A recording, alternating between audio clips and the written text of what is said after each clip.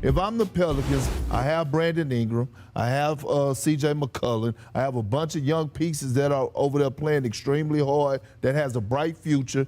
I would actually consider trading him this offseason, to be honest with you. This season, I've talked about quite a bit how we NBA fans have been disappointed thus far.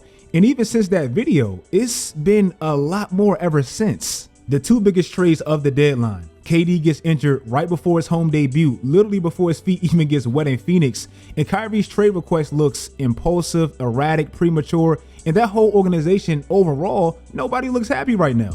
Like, that hasn't quite lived up so far. The Clippers, before the season started, they were supposed to be true contenders. But as soon as Kawhi starts looking like himself again and the team gets healthy, now Paul George is injured and we don't know if he's coming back this season.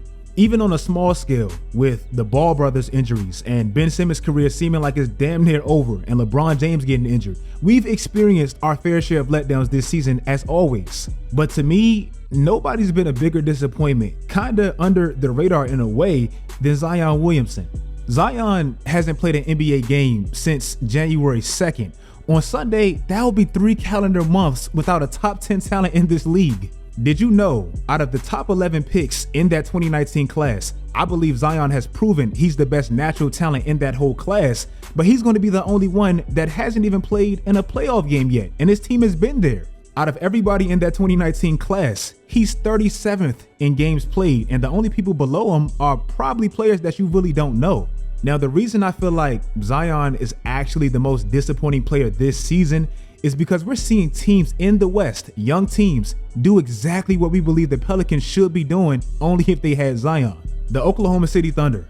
This is going to be one of the best teams in the league for years to come, and we're already seeing it this year. They have the second youngest team in the NBA. They've drafted extremely well, and we haven't even seen the second pick, Chet Holmgren, yet. They're at minimum a play-in team this year. And let's not beat around the bush. The majority of their success stems from their best player now emerging as one of the best players in the league now, and he plays the majority of the games now.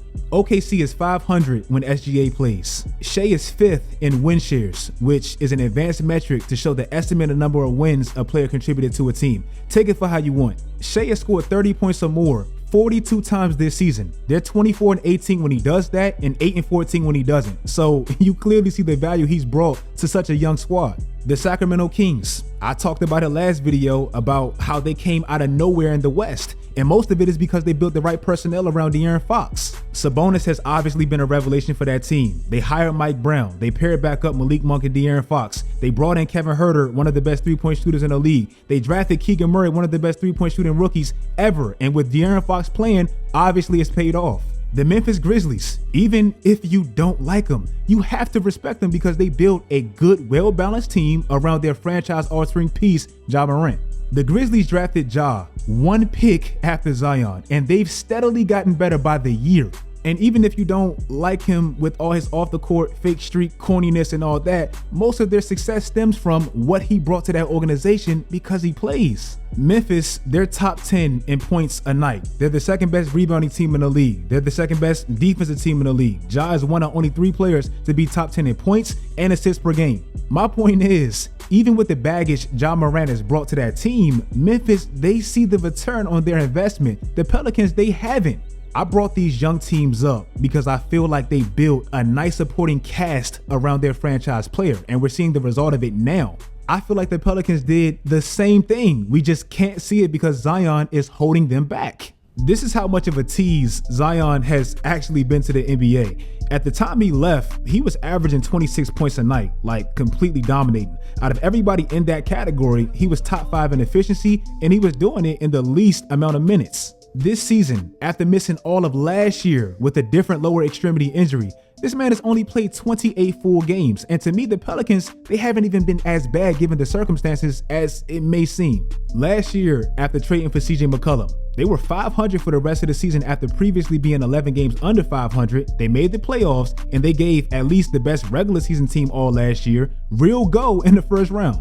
At the time of Zion's last game played this year, they were only a game away from the first seed. And I remember making a video early in December, they were top 10 in all these categories. Well, since he's left, they have the 5th worst record in that span. They've slipped all the way to the play-in tournament. And even with all that being said, they've still been surprisingly a feisty team given the circumstances. Out of every team with the losing record since Zion left January 2nd, they're losing games by the least amount a night.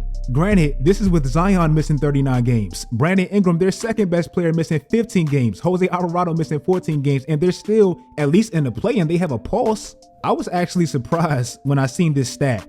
If you look at the top 10 teams as far as point differential, the Pelicans are still top 10, even with Zion missing 47 games. That's because with him, they're a top 3 team as far as how much they beat teams by a night. And without him, they're still +9. So like I said, they still have a solid foundation.